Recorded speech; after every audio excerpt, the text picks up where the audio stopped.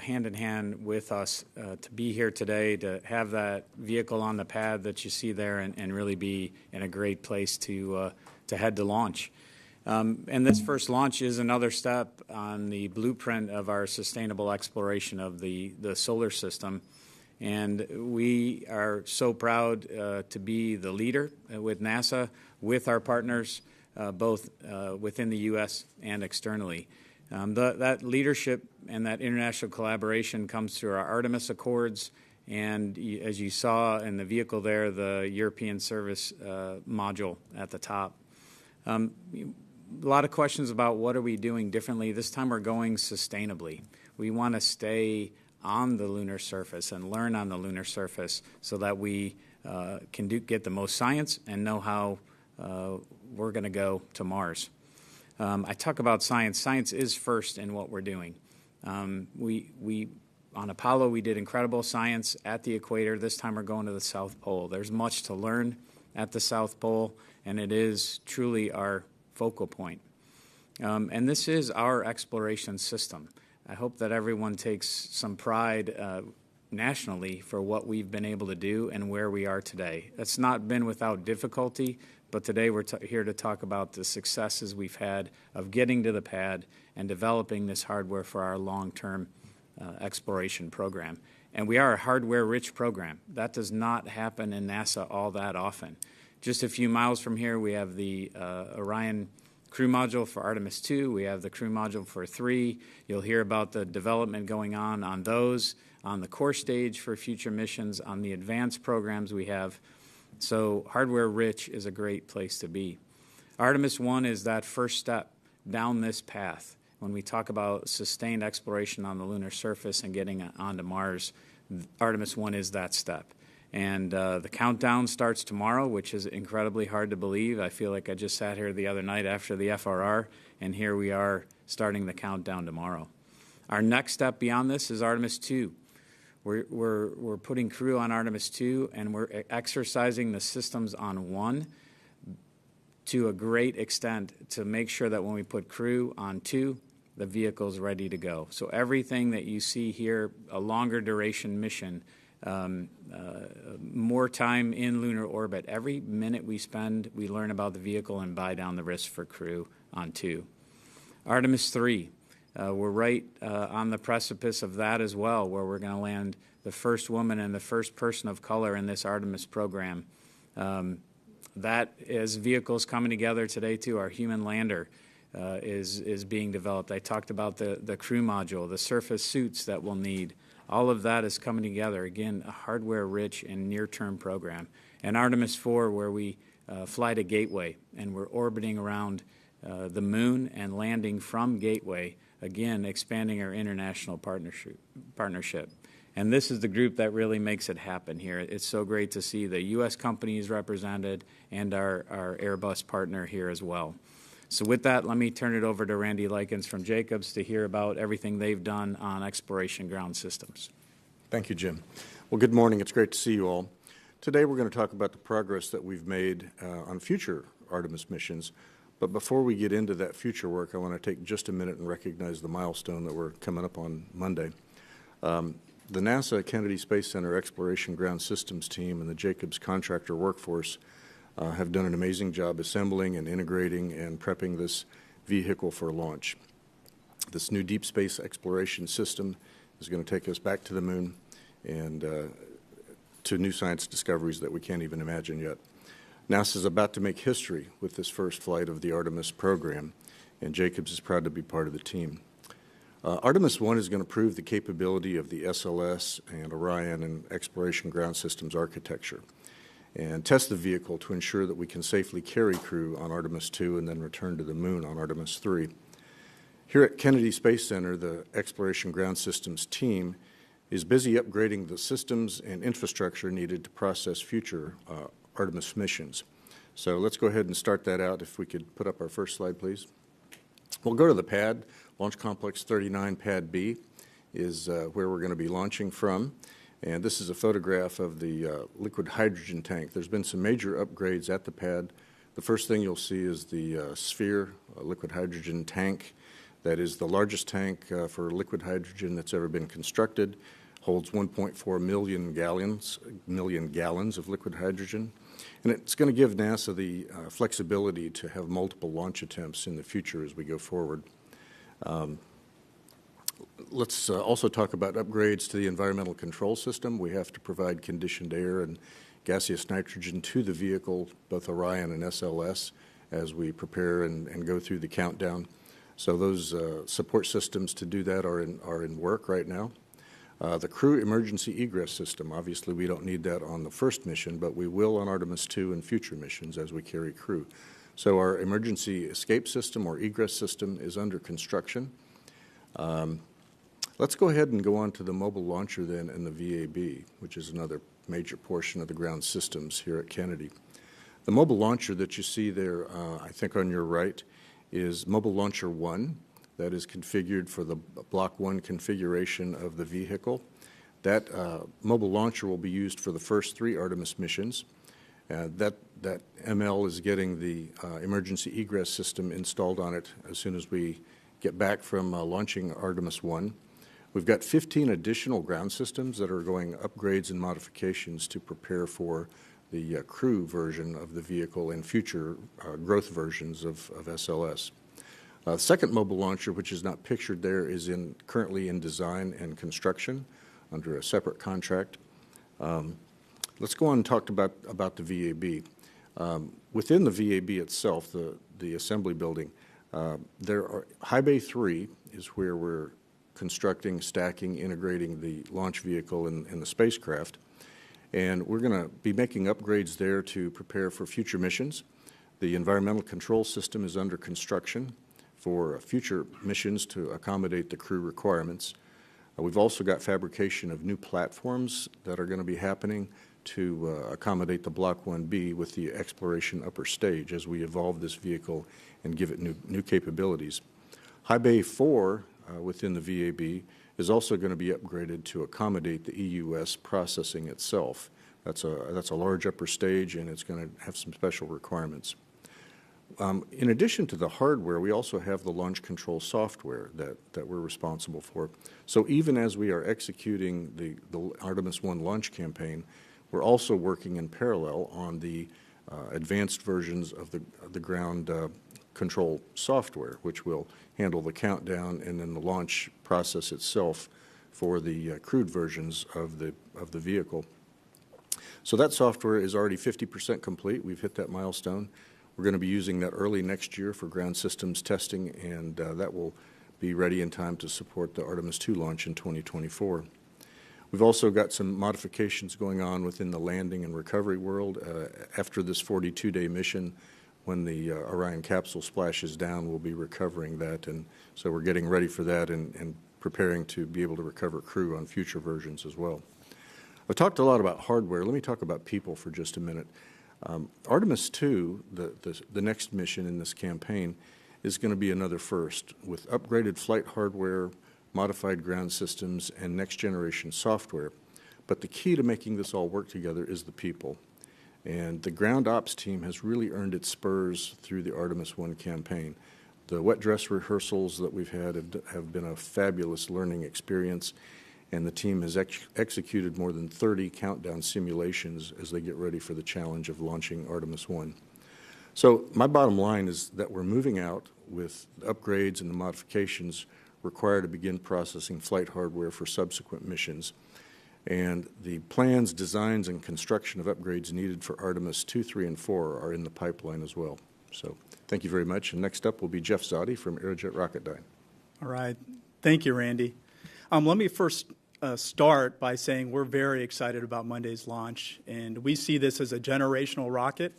And Aerojet Rocketdyne is doing everything that we can to make it a big success. So if we can go to the first image, as you may know, we're reusing 16 Space Shuttle main engines to support the first 4 Artemis missions. Now, we're adapting those engines with new engine controllers. That's the brain of the engine. We're also adding a thermal protection system to the nozzles, and we're upgrading the software. The image you see is of the work platform at Aerojet Rocketdyne's engine assembly facility at Stennis Space Center, where the work is being performed. And I'm happy to say that that work is well ahead of schedule. Artemis 2 engines are complete and ready to ship. 3 of the 4 Artemis 3 engines are ready, and the 4th is nearly complete. And we've even started to assemble 2 of the Artemis 4 engines. So if we go to the next image, you'll see a photo of our RS-25 certification engine, which is also being assembled at Stennis Space Center. Now, we are restarting production after a 15-year gap. And while we're maintaining the safety and the reliability of the RS-25 engine, we're also introducing targeted redesigns to reduce cost. Those changes need to be certified. And so the assembly of our certification engine is 90% complete.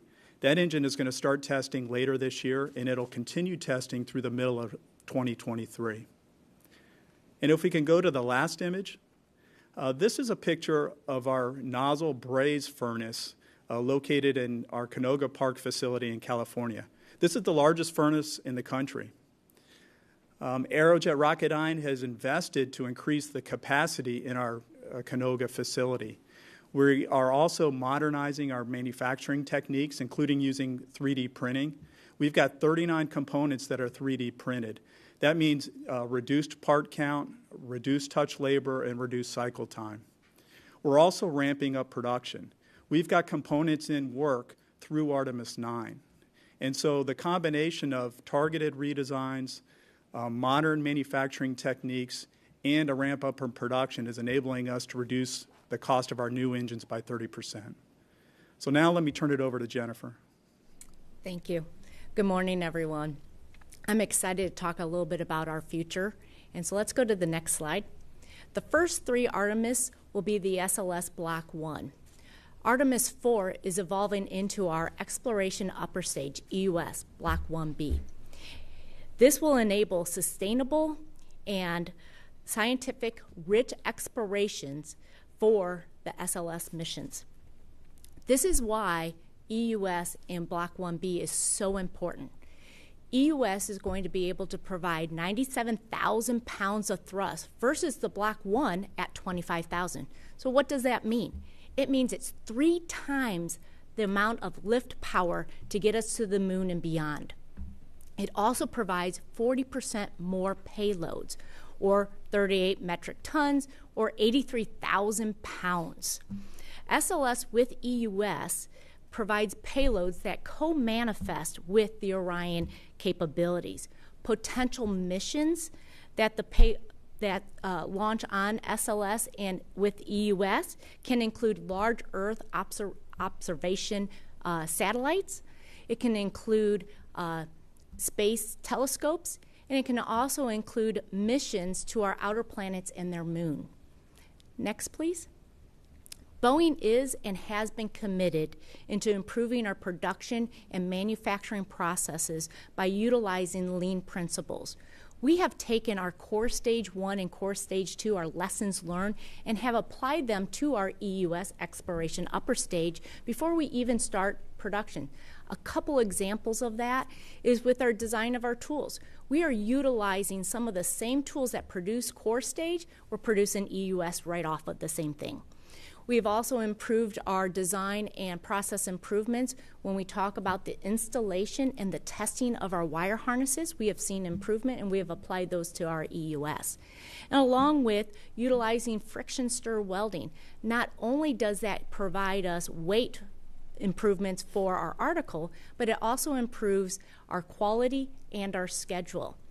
In our factory today, we are producing the weld confidence articles along with our structural test articles for EUS, and core stage 4 is in the production build also. So it's exciting times today, but also for our future. With that, I will turn it over to Doug Hurley with Northrop Grumman. Thank you. We're L-3. It's just an exciting time. I can't wait to see that thing launch on Monday morning. Hope everybody can make it out and bring your families as well. Certainly, from my perspective and Northrop Grumman's perspective, we've had a wonderful heritage with the solid rocket boosters, supporting shuttle.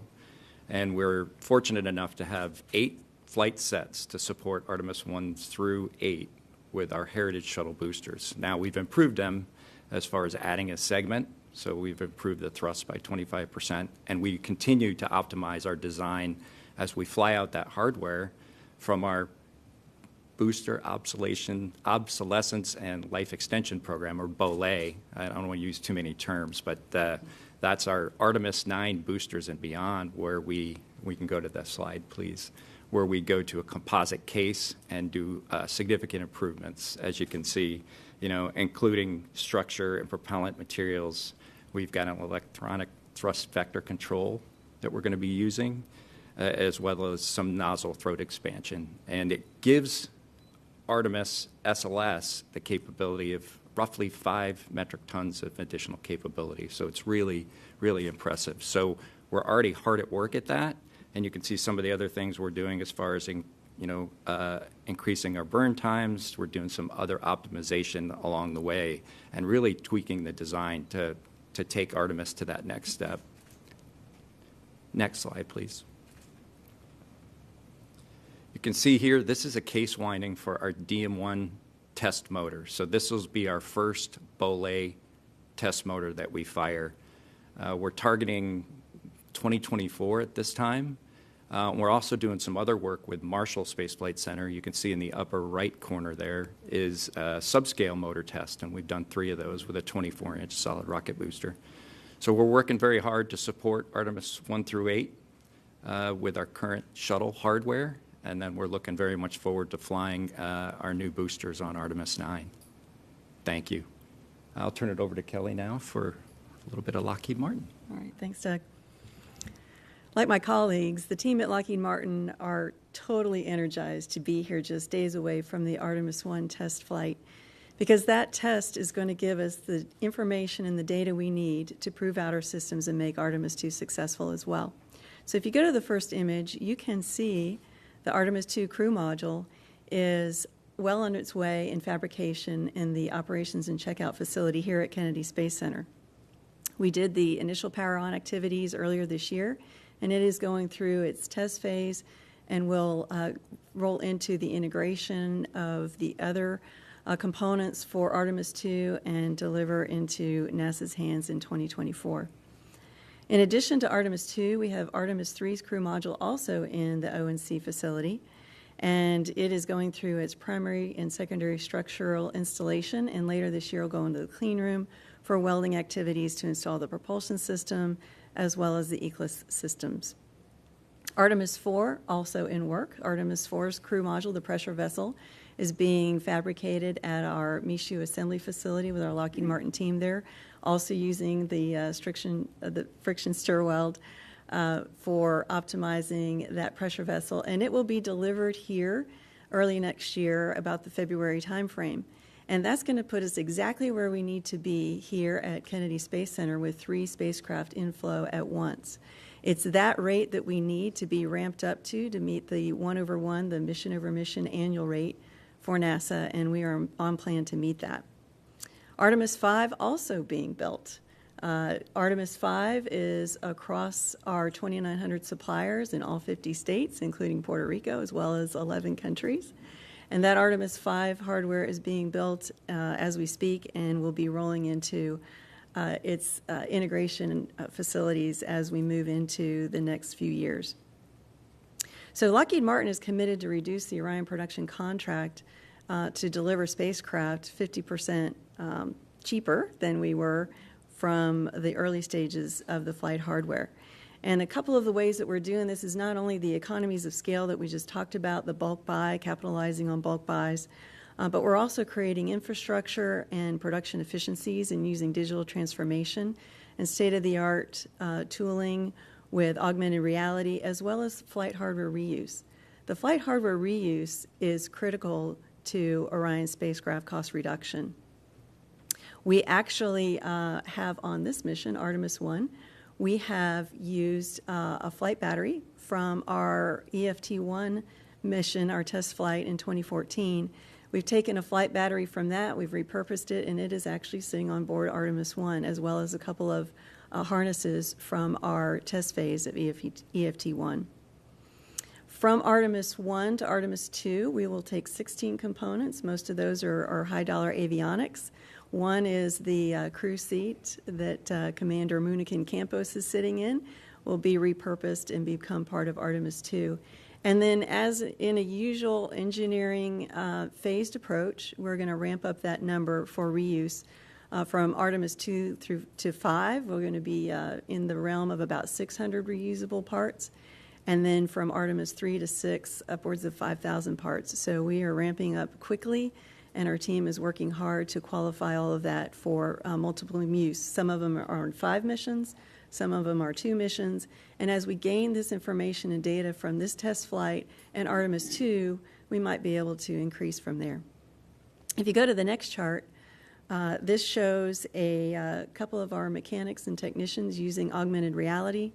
On the left is the crew seat assembly at our Michoud Assembly Factory using HoloLens goggles. And on the right, we have a mechanic at the O&C facility, and she's placing click-ons on flight bracketry there using the HoloLens. So if you can imagine, a HoloLens augmented reality, it's not quite like your virtual gaming goggles at home where the whole world is blocked out. You can actually see the hardware and the people in front of you, because you certainly don't want to run over anybody while you're doing this. So you can see the external environment around. You can see the hardware you're working on, but overlaid on top of that, you can either see the CAD models, you can see the instructions. The instructions are in the field of view, tells you what you need to do with the hardware you're looking at, what tool to use, and all of the features. So imagine no more manual double checking. What did that instruction say? Let me walk over here, let me walk over there. There's also an added feature where when you start to combine these tools together, we've seen upwards of a 30% cost reduction to the mechanic and the productions on the floor, 300% a reduction. So this is just a couple of examples of how we are using that particular augmented reality. In addition to that and other digital transformation projects with smart tools, we are also incorporating the 3D additive manufacturing in our flight hardware and driving the cost down. So Lockheed Martin and our Orion partners are committed to this. And again, we are extremely excited to be a part of the NASA manifest and the architecture to go to deep space and beyond. And with that, I'm going to turn it over to Ralph Zimmerman for Airbus and Service Module. Thank you very much, Kelly. Yes, let me just continue where my partners already stopped. I'm very excited to be here. All Airbus is very excited to be part of the team. And I guess it's a great mission, and it's the first time ever in history of NASA, the NASA trusts a basically non-US company to contribute to a major program in NASA. And I guess let me explain a bit why we think we deserve this kind of trust. Airbus has quite a heritage in space systems. We have already built and delivered the Space Lab. We have built for the ISS the Columbus module, and even more than that, we have built the automated transfer vehicle and delivered 5 of those vehicles which automatically provided goods, fuel, and consumables to the space station. And basically what we're building now, the European Service Module, is a derivative which is based on all the knowledge which we have gained in the automatic transfer vehicle. And as such, I guess the trust is there. We can come to the first picture, please. I basically put some people in front because we were very excited that NASA and all the top guns of NASA were visiting us. Thank you, Bill, for coming. This was really great. It was a great inspiration for all our team, but it showed also that NASA is willing to trust the European partners. And for me, and I have quite a history in space business, international cooperation is quite key if you want to go to moon and even beyond.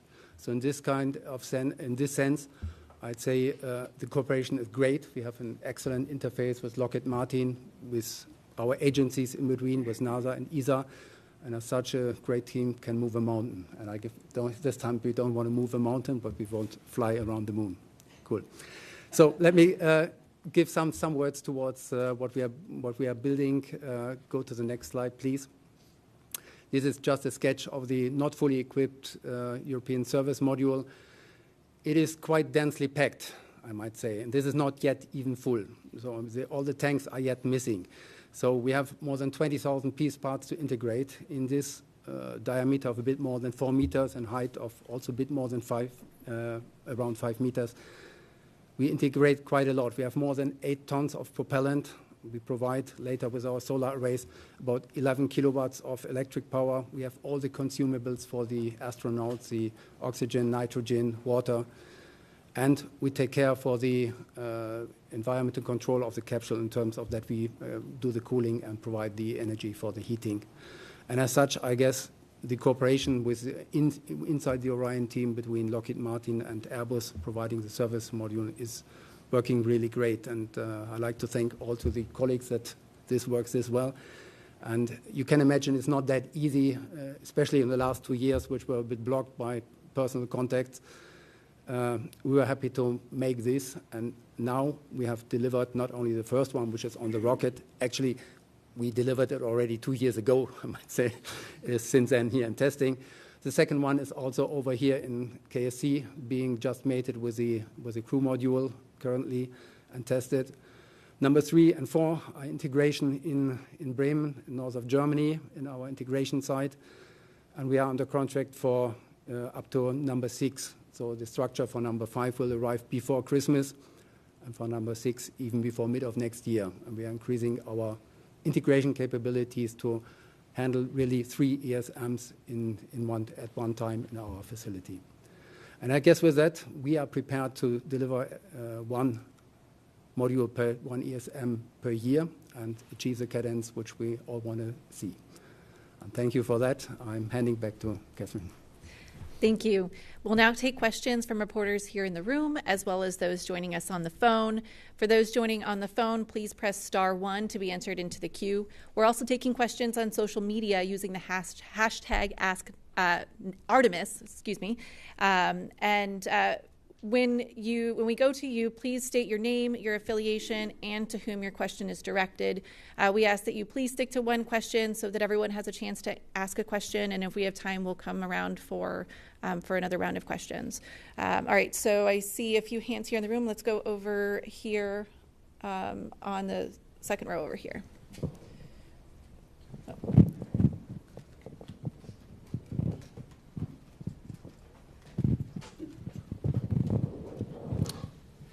Oh, thank you. I'm Mark Carreau with Aviation Week in Space Technology, and I think my question's for Mr. Free. Do you have some estimate of the number of companies globally that have contributed, and even perhaps the number of personnel that work around the world, if not around the world, in the U.S. that are involved in this? Yeah, so I think Catherine said at the beginning, at overall it's been, I think, over 3,000 companies that have participated. I will throw out another number, that 700 small businesses as well.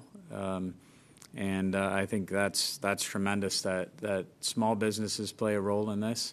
I don't have the workforce numbers off the top of my head, though. I think we can follow up with you on that, Mark.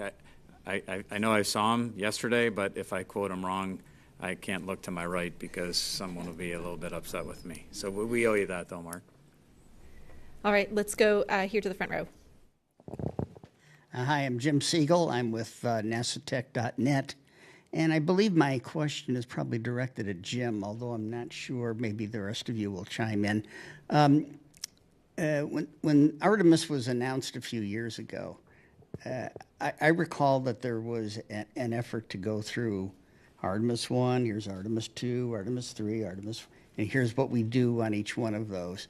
And you've touched on those, but I wondered if you could kind of go through the list, starting with, say, number 2, and what is the goal of each one of those, and what's the time frame for each one of those going out to Artemis 9 or whatever the highest number is? Can you do that, please? Sure. So just one is our uncrewed test flight, where we're buying down a lot of the risks that are in the system and even flying I'll say a riskier mission with some of the durations we picked. 2 is a crewed flight. So I should say 1 goes into a distant retrograde orbit. 2 is a crewed flight. where we'll, again, prove out more systems, the environmental control and life support systems. That will go on a free return trajectory to the moon, again, buying down the risk so that we don't have to fire to come home. 3 will go into the near rectilinear halo orbit with the human lander and land. 4 will go to Gateway, where it'll be the first flight of the Block 1B vehicle that was mentioned earlier, where we'll take a co-manifested payload, another international payload, and dock that to Gateway. 5 will take another co-manifested payload. It will also bring in the lunar terrain vehicle on the surface. And then when we get 6 and beyond, we start talking about potential airlock. And then 7, we get into a cadence of where we're doing more science. We start to bring in, on the later missions, 7, 8, 9, we bring in a pressurized rover. We start looking at surface habitation. And so that as we're going through our yearly mission, we're maximizing the science. We're also designing things like LTV to be on the surface, and when the crew's not there, to be operated to do science, much like we operate the Mars rovers today. That definition, when we get 6, 7, 8, 9, that's what we're going through right now. Honestly, when you look at the schedule for 4 and all the elements that have to come together, it is a significant emotional event of how all that comes together, because it's like, hey, at that point we're full steam ahead into our missions. So we're at 1 through 5. We're working the details of 6, 7, 8, 9, and 10, and at the same time we're developing our architecture through some of the objectives work that we've done recently through our deputy administrator, going through the broad exploration objectives and then narrowing down to an architecture which takes us out to Mars, and we're looking at rolling through that architecture decisions and process in the early part of next year. Thank you. Yes, sir. Thank you. Did I see another hand? We'll go over here to the second row.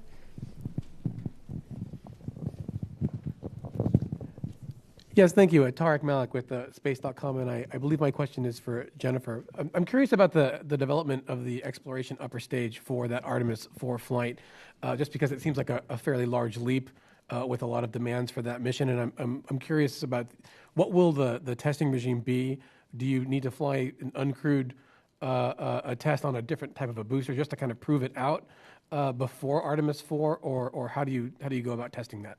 So as I kind of explained a little bit, we're going through our structural weld articles right now, making sure everything looks good there. Our structural test articles will be, again, another way to prove our capability. Now, our EUS 44 will go through to the Stennis Space Center, where we will do a hot fire, very similar to Core Stage 1, where we did a hot fire at Stennis, and then come to the KSC-4 launch. So that is kind of our development plan and how we're going to prove out our capabilities with our EUS. Thank you. Next, we'll take a question from the phone. We have Andrew Tangle of the Wall Street Journal. Yes, hi there. How are you? I didn't know if the members of the other panel from the industry could maybe outline how profitable this program has been for their companies, and give us a sense of how, as NASA tries to reduce costs for the future missions and shift some of the risk and financial responsibility to the industry, how willing your companies are to accept lower profit margins or even losses on future missions as this goes forward. So we'll start with Jacobs and then go down the row here. Okay, sure.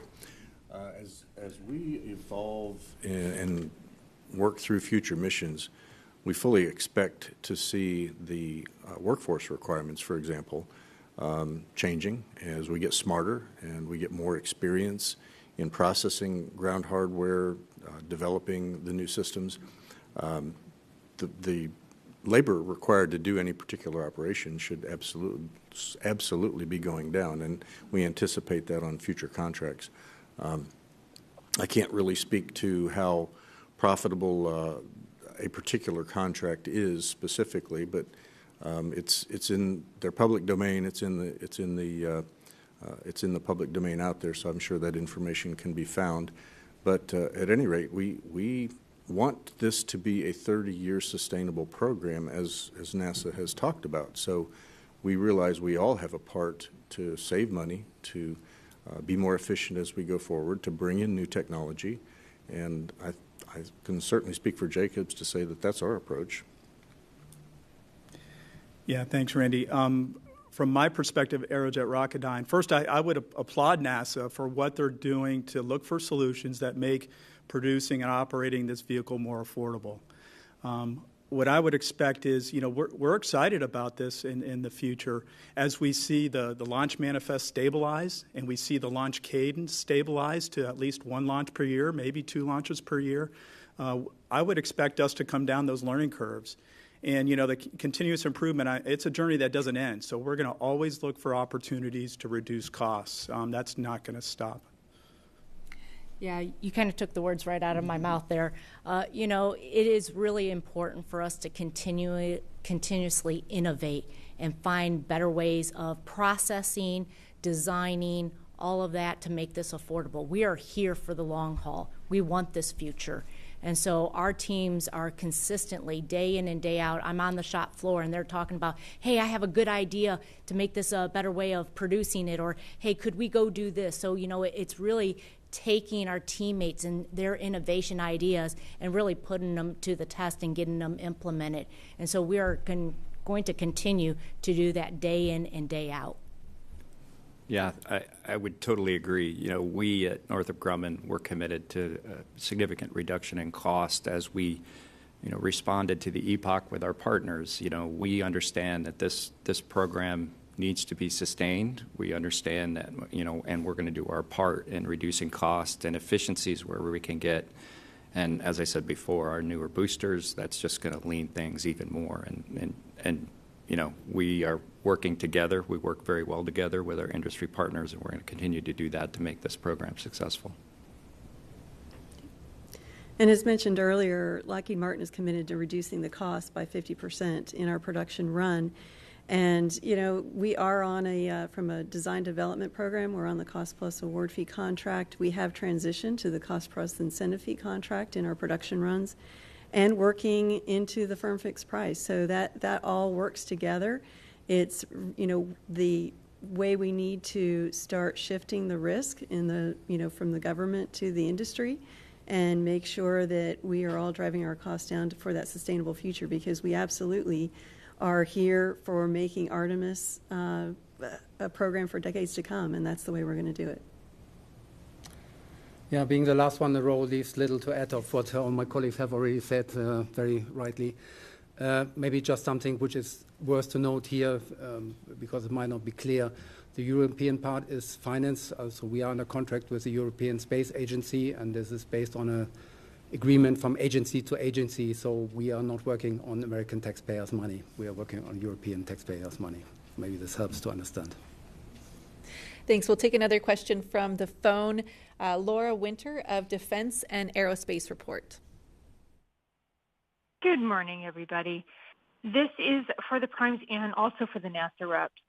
Without taking away from your accomplishments in the least, space is a team sport, and you all have mentioned locations around the United States like Stennis and the city of Canoga Park in California. Lots of work also occurred in Ohio, testing at the NASA facility, but there's also lots of additive industries there. Can you share the glory a bit and talk about the small and medium-sized businesses that have and are supporting this launch and the coming missions? Can you give a few examples? Thank you. Yeah, I went to a supplier event, I forget when, down here a few months ago, and met some folks that were making a particularly difficult part for SLS. and it was a mechanical part, small mechanical actuator, and it was like this gentleman who started the business from the ground up himself. And he and his wife were down here and kind of swimming in the sea of like, wow, I've never been part of anything like this, and actually got to meet Doug Hurley. They got to meet Doug Hurley, which is a highlight for anybody. But for them, you know, to see their, I'll say their excitement renewed for me the value of what we do, both at the big and small level, and just what we do for inspiration. My other colleagues might have some other small business examples. Yeah, I would comment on that. In my former career, you know, we spent a lot of time visiting these smaller shops. You know, they contributed to shuttle, and we started doing the same thing as we were turning towards SLS, and I agree. It's amazing, these small companies, they build one part or two parts, but the emphasis on understanding how important those parts are to the overall mission and how they can have either a great effect or an adverse effect, and it's just incredible to just see at those supplier conferences the small companies all around the United States that contribute to this program.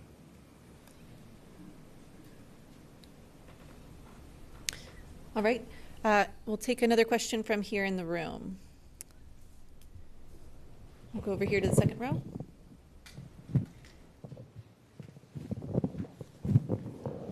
Thank you, Tarek Malik with Space.com for Ralph. I'm curious about Airbus's experience with this service module and building that for like a future vehicles that you may have planned for European crewed flights, things, an evolution of ATV, perhaps.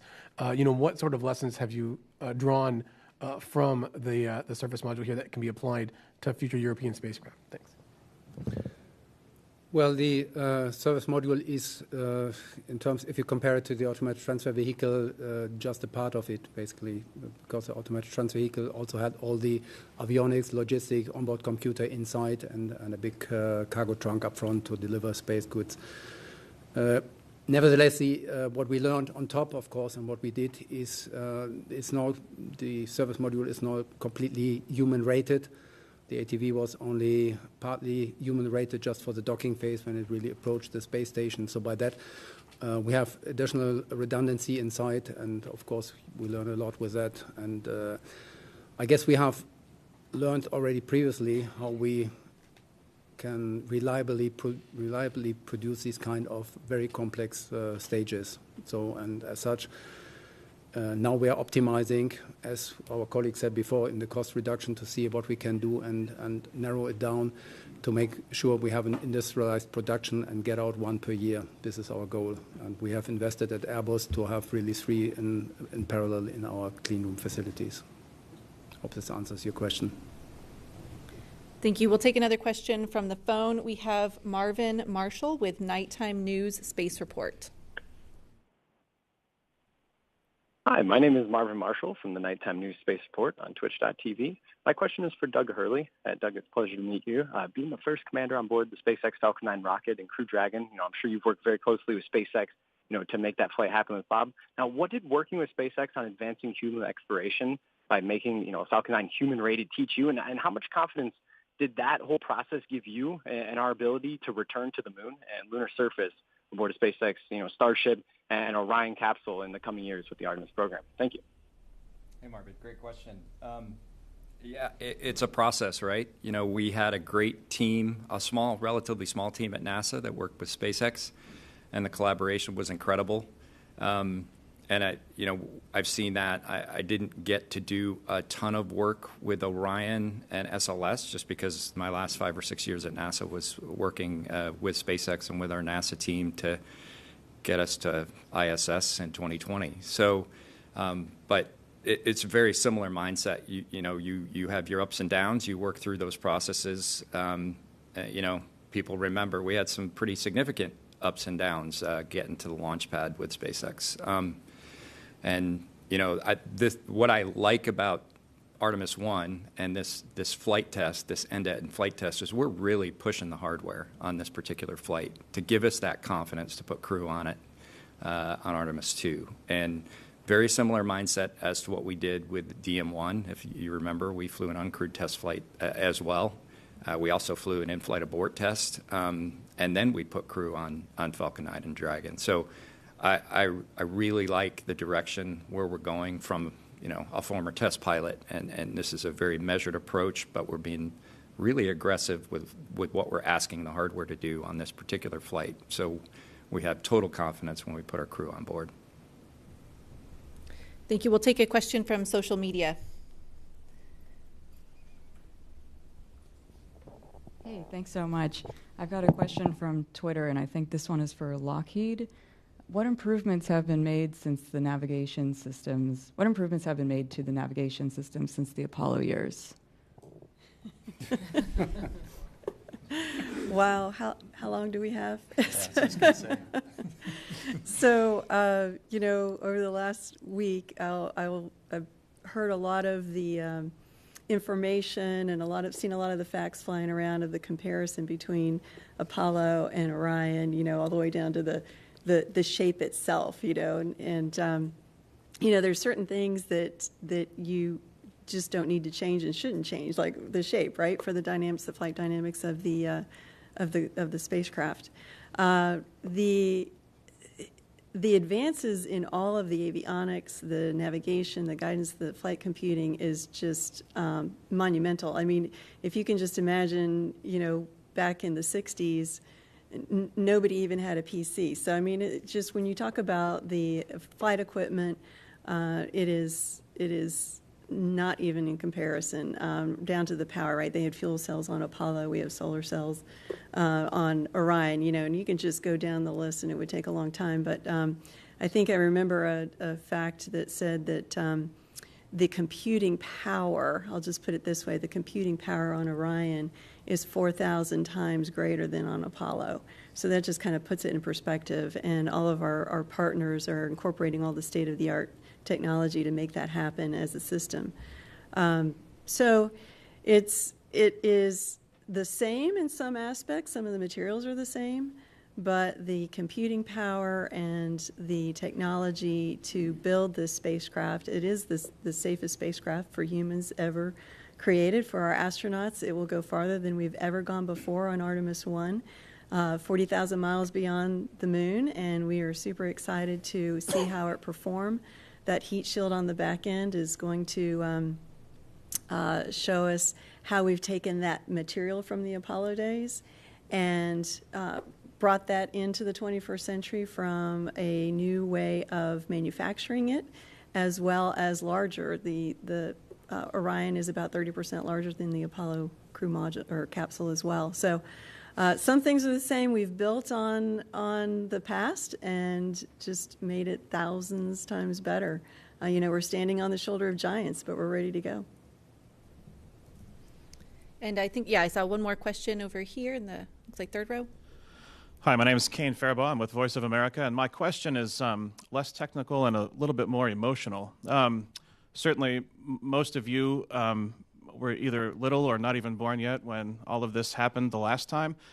And if you've got children, they certainly have never seen this occur in their own lifetimes. And maybe you could each maybe share some of the emotional sort of response it is to be in this moment, close to the launch where this is all going to start again. And you're at the end of a very, long process, but maybe tell us how you feel emotionally right now to be in this moment. Start here with Jim. Let's start with Ralph. He keeps having to go last. Let's start with Ralph. Happy to start with this. You're fully right. This is an extremely emotional moment, and in my career I have launched several spacecraft, so this is not the first one, but certainly one of the most exciting ones. This is no question. Usually you have a lot of tension. I mean, during the development program you have problems to solve, you have interfaces to solve, and finally you make it, and then this is the moment when it comes to the countdown, and then tension starts, and well, let's cross fingers, everything works well. Tension is rising, and we are fully excited here. So for me, this is a personally exciting moment for me as well. I was born and raised in Titusville, and my parents came down from Pennsylvania to be a part of the Apollo program, and so I'm the Apollo generation. times one, I guess, X1, and just super excited for me to be here and kicking off the Artemis generation. And to see that in one lifetime is quite incredible. My family, met my husband as part of the aerospace industry. My son's in it now, and my daughter was talking about the other day how they're all coming in to see the launch on Monday. And I asked her, what do you think about this? Because she's not in the industry, but she's certainly seen her dad and I working in it for a lifetime. And she says, I think it's really cool. And she said, I can't wait for my grandkids to tell me, hey, Grandma, we can't come over this weekend. We're going to go vacation on Mars. So do you want us to bring you something? And she's going to say, just bring me a picture. But, I was there on day one. So we're excited as a family. And we've got Lockheed Martin team flying in and driving in from all over the country. And, we're going to have a lot of fun. And we're going to be excited. And we're going to watch every single day of those 42 day of the mission and just looking forward to that information come flowing in and take all that and go from there. Okay. It's really mixed for me. I feel so much for the teams having gone through this to a smaller scale for 6 years, trying to get back to space station, and now the amount of time, the amount of people have spent significant parts of their career already to get this rocket to the pad.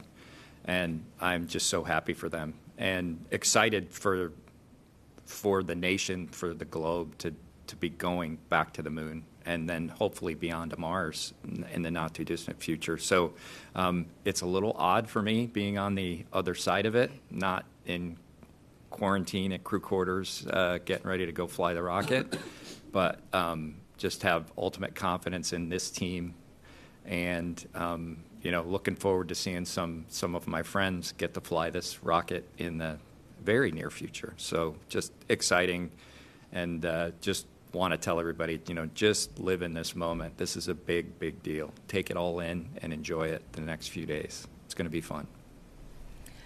For me personally, a little over 4 years ago is when I joined the program, and so I moved my family to New Orleans at the Michoud Assembly Facility.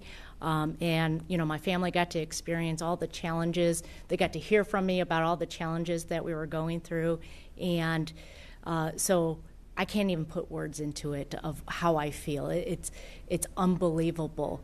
And I'll tell you, the team out at MAF, their energy level is to the nth degree. I remember when we rolled out on January 8th of 2020, the first core stage going to Stennis, and it was electrifying. And then when we completed hot fire, it was amped up a bit. And then when we got it here and we passed wet dress, again up. Now everyone is taking it in the moment. We've got lots of teammates coming out this way to watch it. We're making sure for those folks, those teammates that could not make it out here, we've got a watch party at the factory ready for them to go and celebrate the huge accomplishments they've had. We went in through this COVID, 2 years of COVID and trying to get through that obstacle. Anyone that knows Louisiana, the past couple of years we've been hit with hurricane after hurricane after hurricane. And this team, no matter what, with their homes with no power and no running water, still was coming into work and making sure the mission was going to happen. So couldn't be prouder of the team, and the energy is just, you can't even explain it in words. Yeah, for me, I grew up in South Florida, so I've been around launches, and I was always fired up about that. This experience is extremely gratifying, to know that you're part of, really the start of, something big, something that, historically significant, deep space exploration. And what makes it more significant, more meaningful for me is being able to share the experience with my family, with my wife and our 4 kids. I think they're as excited as I am. And so that's just great to see the excitement. So I was a young boy laying in the floor watching Neil Armstrong and Buzz Aldrin stepping out on the moon, and I remember rolling over and telling my parents that's what I want to do someday. So that motivated me to go to engineering school, to get 2 degrees, to get into the NASA world just as quickly as I could after graduation. I like to say I wasn't born in Huntsville, but I got there as fast as I could. So, but anyway, this is our Apollo. You know, that's really what it is. And I'll say on the non-emotional front, our team has to manage their emotions right now. I'll get to emotions in a second because we have 3 very clear objectives: get the vehicle to orbit, test it, understand how it operates, understand where we need to come home early if something's wrong, and make that decision. We have to get it to orbit and test it. We have to test the heat shield coming back, and we have to recover the vehicle.